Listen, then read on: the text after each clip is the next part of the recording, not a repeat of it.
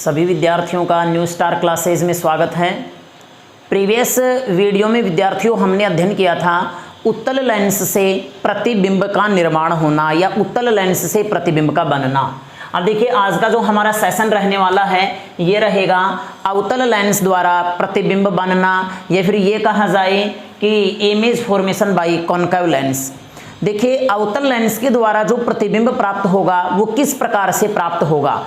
अवतल लेंस के द्वारा बनने वाले प्रतिबिंब की प्रकृति, स्थिति और जो आवर्धन का जो मान है वो किसके ऊपर डिपेंड करेगा, तो ये डिपेंड करेगा विद्यार्थियों उस लेंस से बिंब की दूरी पर। तो देखिए यहां लिखते हैं अवतल लेंस के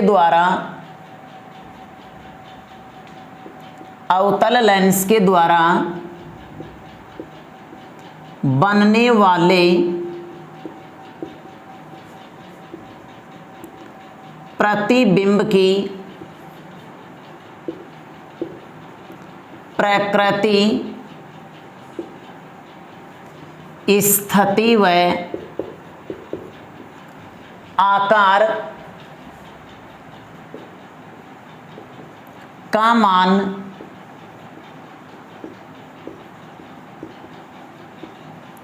बिंब की दूरी पर निर्भर करता है। अर्थात बिंब को जब हम लेंस से जितनी दूरी के ऊपर रखेंगे उस दूरी के ऊपर डिपेंड करेगा, किसका मान डिपेंड करेगा, प्रतिबिंब की प्रकृति, स्थिति व आकृति या आकार का मान डिपेंड करेगा। अब देखिए विद्यार्थियों जिस प्रकार से हमने उत्तल लेंस में 5 से 6 स्थितियों के बारे में अध्ययन किया था उसी प्रकार यहाँ पर केवल और केवल हमारे पास यहाँ 2 ही स्थितियां प्राप्त होने वाली हैं। अब 2 स्थितियां प्राप्त जो होने वाली हैं वो कौन कौन सी हैं, तो देखिए पहली स्थिति आती है विद्यार्थियों जब बिंब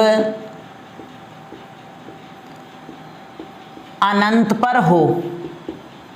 अब देखिए जब बिंब अवतल लेंस के सामने अनंत के ऊपर स्थित होता है तो जो अवतल लेंस के द्वारा जो प्रतिबिंब प्राप्त होने वाला है वो किस प्रकार से प्राप्त होगा, तो ध्यान दीजिएगा। जैसे मान लीजिए ये हमारे पास ये कोई अवतल लेंस है, ये बीच में से मोटा है और किनारों के ऊपर से पतला है। ये इस लेंस का द्वारक हो गया, ये इस लेंस का मुख्य अक्ष हो गया और ये हो गया इसका प्रकाशिक केंद्र या ऑप्टिकल सेंटर। अब देखिए मान लिया इस लेंस के सामने अनंत के ऊपर कोई बिंब स्थित है, तो हम ये जानते हैं कि जब कोई बिंब अनंत के ऊपर होता है तो उससे निकलने वाली प्रकाश की किरणें जब लेंस के ऊपर आपतित होती हैं तो ये मुख्य अक्ष के समांतर होती हैं। तो देखिए विद्यार्थियों इस प्रकार से प्रकाश की किरणें इस लेंस के ऊपर मुख्य अक्ष के समांतर प्राप्त हो रही हैं। ध्यान दीजिएगा। अब देखिए जब ये किरणें मुख्य अक्ष के समांतर आती हैं तो ये फोकस में से गुजरेंगी नहीं, गुजरती हुई प्रतीत होंगी, क्योंकि अवतल लेंस जो होता है यह मुख्य अक्ष के समांतर आने वाली प्रकाश की किरणों को दूर दूर कर देता है। तो देखिए विद्यार्थियों यह जो लेंस है ये इस किरण को इस प्रकार से अपसारित करेगा, ये लेंस इस किरण को इस प्रकार से अपसारित करेगा। अब देखो जब ये किरणें पीछे की ओर बढ़ाते हैं तो ये फोकस के ऊपर मिलती हुई प्रतीत होती हैं। ऐसा प्रतीत होता है मानो ये किरणें कहां पर मिल रही हो, फोकस के ऊपर मिल रही हो। तो देखिए ये हो गया इसका प्रथम फोकस F1, ये हो गया 2F1। उसी प्रकार से यहाँ पे द्वितीय फोकस F2 और यहाँ पे होगा 2F2। तो देखिए विद्यार्थियों यहाँ पर जो प्रतिबिंब प्राप्त होगा ये कहाँ पर प्राप्त होगा, फोकस बिंदु प्रथम फोकस F1 के ऊपर प्राप्त होगा। अब ये जो प्रकाश की किरण जो देखिए प्रकाशिक केंद्र में से गुजरेगी ये बिना विचलन के सीधे निकलेगी।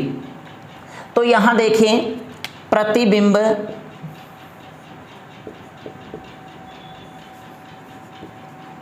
प्रथम फोकस F1 पर प्राप्त होगा। अब देखिए विद्यार्थियों अब हम अध्ययन करते हैं द्वितीय स्थिति का। अब इसकी जो द्वितीय स्थिति रहने वाली है वो क्या है कि जब बिंब अनंत तथा प्रकाशिक केंद्र के बीच कहीं पे भी स्थित हो। तो देखिए दूसरी स्थिति आती है जब बिंब अनंत तथा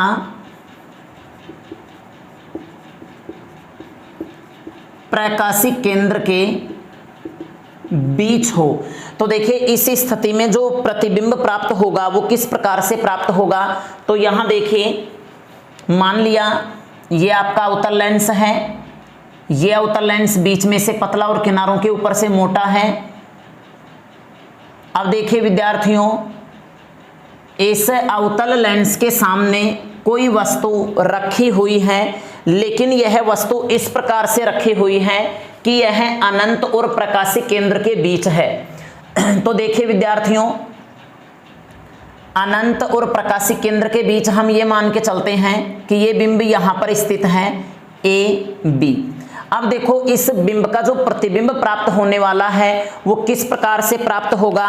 तो यहां देखिए सबसे पहली बात हम ये जानते हैं कि जब कोई प्रकाश की किरण किसी लेंस के ऊपर मुख्य अक्ष के समांतर आपतित होती है तो वह फोकस में से गुजरती है या गुजरती हुई प्रतीत होती है, और जब कोई प्रकाश की किरण प्रकाशिक केंद्र में से गुजरती है तो वह बिना विचलन के सीधे निकलती है। तो देखिए अब किस प्रकार से प्राप्त होगा विद्यार्थियों, ये मान के चलते हैं हम, यहां हो गया इसका प्रथम फोकस F1, ये हो गया द्वितीय फोकस F2। तो देखिए ये प्रकाश की किरण मुख्य अक्ष के समांतर आपतित हो रही है, कुछ इस प्रकार से आपतित होती है। तो यह लेंस इन किरणों को अपसारित कर देता है, अर्थात यह फोकस में से गुजरती हुई प्रतीत होती है। तो देखो ये इसको दूर दूर करेगा, लेकिन ये ऐसा प्रतीत होगा मानो ये फोकस में से गुजर रही हो। और देखिए जब कोई प्रकाश की किरण लेंस के प्रकाशिक केंद्र में से गुजरती है तो वह बिना विचलन के सीधे निकलती है। अब यहां देखिए विद्यार्थियों, इसका जो प्रतिबिंब प्राप्त होगा ए बी का, ये यहां पर प्राप्त होगा ए डैश बी डैश के ऊपर, जो कैसा होगा, आभासी और सीधा प्राप्त होगा। तो यहां देखिए प्रतिबिंब कहां पर प्राप्त होगा, प्रकाशिक केंद्र और प्रथम फोकस के बीच। प्रकाशिक केंद्र व प्रथम फोकस के बीच प्राप्त होगा। अब हम विद्यार्थियों सारणी की सहायता से देखते हैं कि इसको हम सारणी रूप में किस प्रकार से लिख सकते हैं। तो देखिए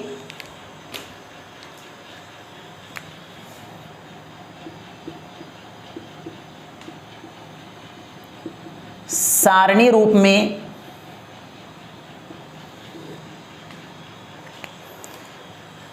यहां पहला नंबर आता है क्रम संख्या, दूसरे पे आता है बिंब की स्थिति, तीसरे पे आता है प्रतिबिंब की स्थिति, चौथे नंबर पे आता है प्रतिबिंब का आकार, और पांचवें नंबर पे आती है प्रकृति कि किस प्रकार की प्रकृति होगी। तो यहां देखिए विद्यार्थियों, हमारे पास यहां पर स्थितियां जो होंगी वो केवल दो ही स्थितियां होंगी।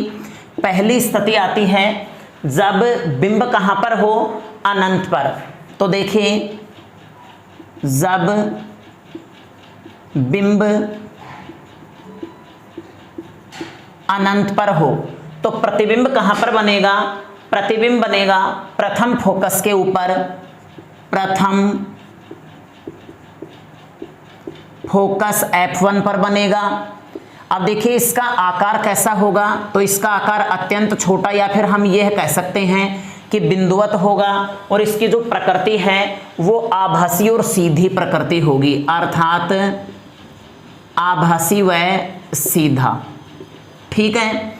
अब देखिए इसकी दूसरी स्थिति आती है विद्यार्थियों, जब ऑब्जेक्ट कहां पे हो, अनंत और प्रकाशिक केंद्र के बीच हो, जब बिंब अनंत व प्रकाशिक केंद्र O के बीच हो, तो देखिए यहां प्रतिबिंब की जो स्थिति होने वाली है वो O और F1 के बीच में होगी, O व F1 के बीच में, और यह प्रतिबिंब जो होगा इसका आकार बिंब से छोटा होगा और प्रकृति होगी आभासी व सीधा। तो देखिए विद्यार्थियों, इस प्रकार अवतल लेंस में जो स्थितियां होंगी वो यहाँ पर दो ही स्थितियां होंगी, दो ही स्थितियों में यहाँ पर जो प्रतिबिंब है वो प्राप्त होता है। अब देखिए आप इसका एज इट इज स्क्रीनशॉट लेके आप इसे उतारिए, फिर हम नेक्स्ट टॉपिक में चलते हैं।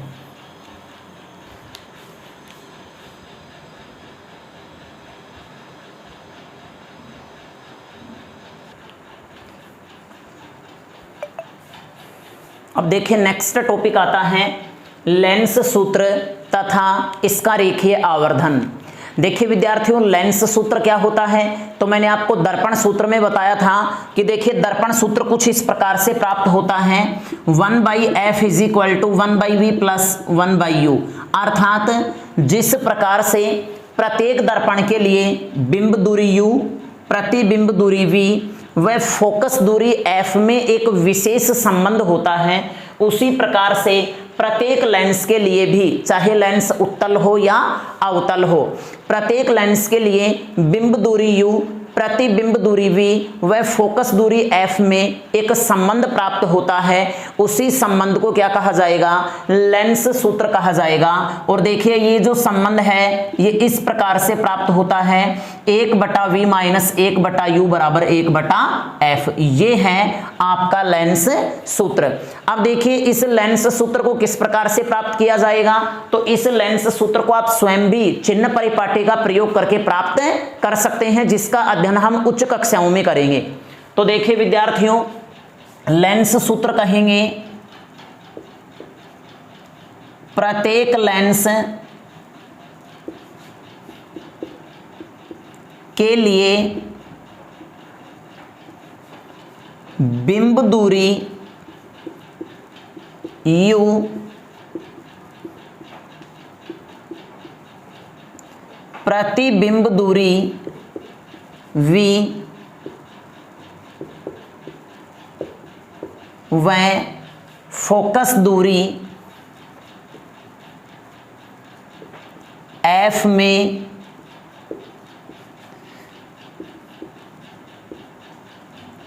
एक संबंध होता है, जिसे लेंस सूत्र या लेंस समीकरण कहा जाता है। अब देखिए यह संबंध निम्न होता है, यह संबंध निम्न होता है। मैंने बताया है विद्यार्थियों, इसकी उत्पत्ति हम उच्च कक्षाओं में इसकी उत्पत्ति का अध्ययन करेंगे। फिर भी यदि आप इसकी उत्पत्ति देखना चाहते हैं तो इसी चैनल की प्लेलिस्ट के ऊपर जाकर के और एनसीईआरटी 12th फिजिक्स के अंदर जाकर के आप देख सकते हैं, रे ऑप्टिक्स के अंदर इसे करवाया गया है। तो देखिए ये संबंध इस प्रकार से होगा, 1/f = 1/v - 1/u। देखिए यह कहलाता है आपका लेंस समीकरण। क्या कहलाएगा, लेंस समीकरण। यहां पर देखिए u क्या है बता दिया गया है, बिंब की दूरी है, v क्या है बता दिया गया है, प्रतिबिंब की दूरी है, और f क्या है, लेंस की फोकस दूरी है। अब हम देखिए अध्ययन करते हैं रेखीय आवर्धन का। लेंस का आवर्धन या रेखीय आवर्धन कह सकते हैं, लेंस का आवर्धन। अब देखिए विद्यार्थियों, क्या होता है लेंस का आवर्धन। देखिए लेंस का उपयोग क्यों किया जाता है? लेंस का उपयोग किया जाता है छोटी वस्तुओं को बड़ा करके देखने में, या फिर बड़ी वस्तुओं को उचित आकार का करके देखने में लेंस का उपयोग किया जाता है। अब देखिए कोई भी लेंस जो है वो किसी वस्तु के प्रतिबिंब को कितना बड़ा या कितना छोटा बनाता है, इसकी तुलना करना ही क्या कहलाएगा? लेंस का आवर्धन कहलाएगा। जैसे मान लीजिए हम उत्तल लेंस के द्वारा किसी बिंब को देख रहे हैं, उसका ऑब्जर्व करते हैं, तो देखिए जब उत्तल लेंस के द्वारा हम किसी ऑब्जेक्ट का ऑब्जर्व करते हैं तो उसका जो इमेज प्राप्त होने वाला है उसकी प्रकृति, साइज और आकार का जो मान है वो किसके ऊपर डिपेंड करेगा? वो डिपेंड करेगा बिंब की स्थिति के ऊपर। जैसे मान लीजिए किसी उत्तल लेंस के द्वारा छोटी वस्तु का प्रतिबिंब बड़ा प्राप्त होता है। अब ये प्रतिबिंब कितना गुना बड़ा प्राप्त हुआ, तो इसकी तुलना करने के लिए हम क्या करते हैं? इसकी तुलना करने के लिए हम प्रतिबिंब के आकार में वास्तविक बिंब के आकार का भाग दे देते हैं। तो इसे ही क्या कहा जाएगा? लेंस का रेखीय आवर्धन। तो देखें इसकी डेफिनेशन क्या होगी? लेंस के द्वारा प्राप्त प्रतिबिंब के आकार, या फिर ये कहिए प्रतिबिंब की ऊंचाई व बिंब की ऊंचाई का अनुपात, प्रतिबिंब की ऊंचाई व बिंब की ऊंचाई का अनुपात लेंस का रेखीय आवर्धन कहलाता है। इसे स्मॉल m से प्रदर्शित करते हैं। तो देखिए विद्यार्थियों, अब जैसे फॉर एग्जांपल मैं आपको देखिए उत्तल लेंस के आधार पे बता रहा हूं, ध्यान दीजिएगा। जैसे ये हमारे पास कोई उत्तल लेंस है, समझाने के लिए बता रहा हूं, ध्यान से देखिए। ये इसका हो गया प्रथम फोकस f1, ये हो गया 2f1। यहां पर कोई ऑब्जेक्ट रखा हुआ है, f1 और 2f1 के बीच स्थित है AB। अब देखिए जब इससे निकलने वाली प्रकाश की किरण मुख अक्ष के समांतर आती है तो अपवर्तन के पश्चात यह द्वितीय फोकस में से गुजरती है। किस में से गुजरेगी? द्वितीय फोकस में से। और जब कोई प्रकाश की किरण लेंस के प्रकाशिक केंद्र में से गुजरती है तो यह बिना विचलन के सीधे निकल जाती है। तो देखिए यहाँ पर जो प्रतिबिंब प्राप्त होगा विद्यार्थियों, ये 2f1 से 2f2 से परे प्राप्त होगा, a डैश b डैश के ऊपर प्राप्त होगा। अब देखें इसका आकार हम h डैश मान लेते हैं और इसका आकार हम h मान लेते हैं। तो देखिए according to definition small m बराबर में होगा प्रतिबिंब की ऊंचाई अपॉन बिंब की ऊंचाई। अब देखिए विद्यार्थियों प्रतिबिंब की जो ऊंचाई है उसको हमने h डैश से मान रखा है और बिंब की ऊंचाई h है, लेकिन चिन्ह परिपाटी से अधोमुखी दूरी ऋणात्मक होगी तो ये होगा माइनस h डैश अपॉन में h के इक्वल होगा। अब देखिए अगर हम बात करें v और u के पदों में तो देखिए दर्पण का जो रेखीय आवर्धन है वो कुछ इस प्रकार से हुआ था, माइनस v अपॉन में u। क्या हुआ था? माइनस v अपॉन में u। तो v और u के पदों में मैं इसको इस प्रकार से लिख सकता हूं। एक मिनट के लिए देखिए, यहां जो प्रतिबिंब की जो डिस्टेंस है, प्रतिबिंब की डिस्टेंस धनात्मक होगी और बिंब की डिस्टेंस ऋणात्मक होगी। तो यहां देखिए m is equal to minus H dash upon में h बराबर माइनस v अपॉन में u। इससे कैंसिल, तो m बराबर में प्राप्त होगा h डैश अपॉन में h बराबर v अपॉन में u। अब यहां देखो ये जो समीकरण प्राप्त हुआ है यह समीकरण लेंस के रेखीय आवर्धन का समीकरण है। और यह समीकरण क्या दर्शाएगा? यह समीकरण ये दर्शाता है कि यदि यहां पर देखिए m का मान चिन्ह परिपाटी के द्वारा यदि हम आंकिक क्वेश्चन सोल्व करते हैं और चिन्ह परिपाटी के द्वारा यदि विद्यार्थियों m का मान हमें धनात्मक प्राप्त होता है तो प्रतिबिंब आभासी और सीधा होगा, और यदि ऋणात्मक प्राप्त होता है तो वास्तविक व उल्टा होगा। अब देखो ये भी अलग अलग स्थितियों में अलग अलग होता है। जैसे फॉर एग्जाम्पल मैं इसको एक को सरल करके बता रहा हूं, यहां ध्यान देना, ये हो गया ओ। तो देखो सबसे पहले हम त्रिभुज लेते हैं ए बी ओ, समझने का प्रयत्न कीजिए। त्रिभुज ए बी ओ व त्रिभुज ए डैश बी डैश ओ में, इसमें देखो विद्यार्थियों ये जो कोण ए है ये ए डैश के बराबर में होगा, और ये जो कोण ओ है ए डैश ओ बी डैश ये बराबर होगा ए ओ बी के। ये इसका हो गया शीर्षाभिमुख कोण। तो देखिए मैं इसको कह सकता हूं त्रिभुज ए बी ओ समरूप त्रिभुज। देखो ए का जो मान है वो ए डैश के इक्वल है, ए डैश, ओ का मान ओ डैश ओ के इक्वल है, तो बी का मान बी डैश के इक्वल होगा। अब देखिए हम ये जानते हैं आधारभूत समानुपातिक प्रमेय से कि दो समरूप त्रिभुजों की संगत भुजाएं समान अनुपात में होती हैं। तो देखिए मैं इसे लिख सकता हूं ए बी अपोन में ए डैश बी डैश बराबर में ए ओ अपोन में ए डैश ओ।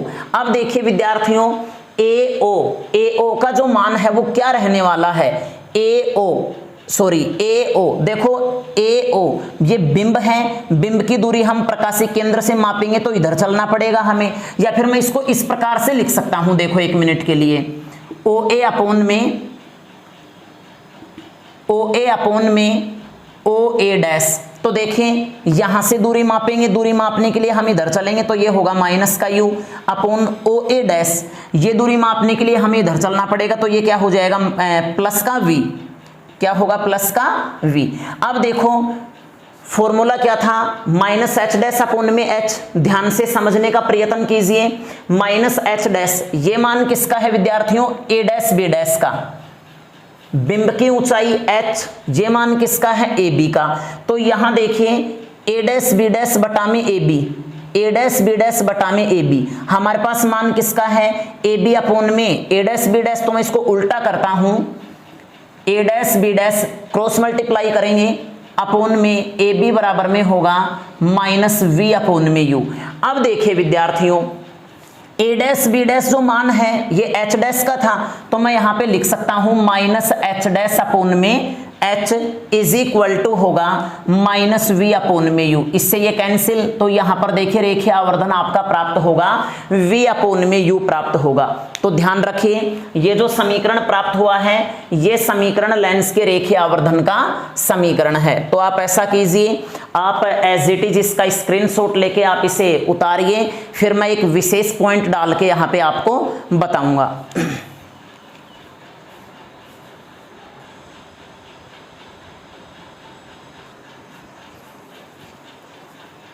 अब देखिए विद्यार्थियों विशेष या नोट डाल के या फिर keep in your mind KIM डाल के लिख सकते हैं आप।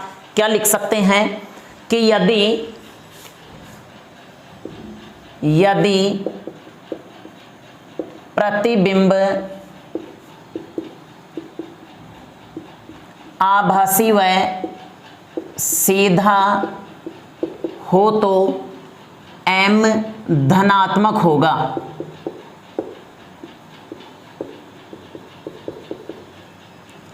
और यदि प्रतिबिंब वास्तविक व उल्टा हो तो M ऋणात्मक होगा। इसे भी आप नोट्स में मेंशन कीजिए। तो विद्यार्थियों उम्मीद करता हूं टॉपिक आपके अच्छे से समझ में आया होगा। यदि फिर भी किसी स्टूडेंट की किसी प्रकार की कोई समस्या है तो कमेंट बॉक्स में लिख करके बता सकता है, उसकी समस्या का समाधान यहाँ पे कर दिया जाएगा। और साथ में बने रहिए मेरे साथ लगातार। चैनल को लाइक, सब्सक्राइब और शेयर करना न भूलें। ओके, धन्यवाद।